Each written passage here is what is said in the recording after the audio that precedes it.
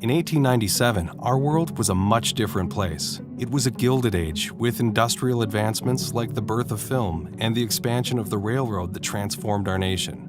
While all of these sweeping changes occurred on a national level, a just as momentous event occurred in St. Paul that would enrich the lives of Minnesotans for over a century. The Como Zoo opened. Its very first exhibit was just 3 deer. It may seem insignificant, but as we know, all big ideas are born small. The creators dreamt of an urban haven for nature where citizens could receive educational opportunities or services at a free or accessible price. As time passed, the founders of the Como Zoo made that dream a reality, and along the way, they obtained many impressive achievements. In 1915, the Como Park Conservatory, now called the Marjorie McNeely Conservatory, opened, giving visitors the ability to view vibrant displays of plant life year-round, even during the chilly winter. Since then, both destinations have evolved into world-class entities and have a history of famous firsts. In the 1950s, Como Zoo became the first zoo in North America to hand-raise Siberian tigers. In 2015, Como Zoo was the first to use a blood cuff to take a voluntary blood draw from polar bears. By sharing the blood cuff design with other zoos across the country, Como has helped them start their own training programs to support voluntary blood draws and other non-invasive medical procedures. And just this year, Como was one of 2 zoos chosen to receive 2 rare snow leopards from Europe. Como has also evolved to become Minnesota's top conservation classroom, welcoming schools and families to programs that explore the diversity of the rainforest, beneficial bugs and butterflies that bring our gardens into bloom, and the natural behavior of amazing animal ambassadors like Buzz and Neil. Como's classes spark curiosity about the natural world and foster empathy for the animals and plants that share our planet. For 5 generations of Minnesotans, Como Park Zoo and Conservatory has educated and inspired millions.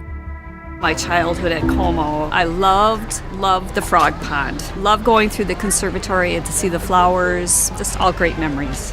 Having grown up in St. Paul, Como Zoo was our zoo, and I remember even as a young child coming to Como, all the way to bringing my children here now. My oldest is 26, and bringing them when they were tiny babies to Como. We still remember it. We love bringing the grandkids to Como. We just like spending time together out here. The benefit for them is really the educational part that comes along with Como now. Such a focus on conservation and the future of the animal and the earth. I think it's just a great way for the kids to learn at a very young age. One of the favorite things about my job is talking with the public. I really enjoy making that connection with people. You can kind of tell in their eyes when they really are interested in something you're talking about, and you feel like you're sending them home with a really good message from Como. The animals are ambassadors for their wild counterparts. We as a captive facility can help the wild counterparts. Sometimes there's rehab animals that can't be released. We have a hawk that can't go back into the wild, so then we take care of her and she can be an education animal. There are times when we can do research here in captivity that couldn't be done on wild animals, and we can then transfer that knowledge to the wild, which is beneficial for the species as a whole. Having facilities like this that are free and open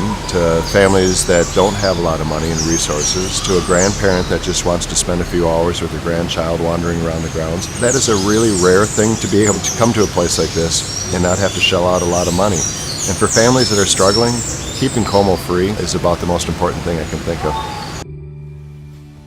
Over the years, Como has had many seasons of change, migrating from one iteration to the next. But the original vision of a natural sanctuary tucked away in the heart of the Twin Cities still stands strong.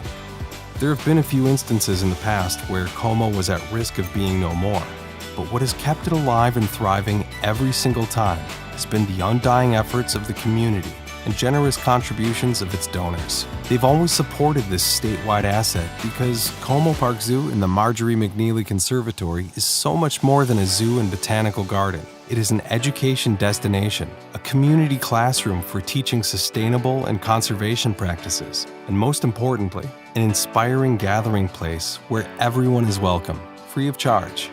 Today, we're asking for your donations to keep Como Park Zoo and Conservatory advancing during another century of growth. Your donations can do so much. They can be a catalyst for conversation during a second-grade field trip, or can assist with penguin conservation efforts, not only at Como, but in Africa as well. Owned by all, enjoyed by all, and free to all. There are few places like Como Park Zoo and Conservatory anywhere else.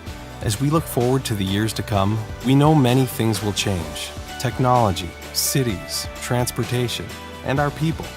But one thing will remain the same with supporters like you. Como will thrive and continue its legacy so that future generations can enjoy this magnificent gem in our backyard. Como is an extremely special place, not just to me or you, but to millions of people who are depending on us to keep this place open and free 365 days a year. I ask you to grab your mobile device and pledge whatever you can to help us reach our $80,000 goal. Whether that be $30 for corn for the bison, to $50 for flower show bulbs, all the way to $5,000 for new seals and sea lion habitat. Every amount helps Como thrive. Thank you so much.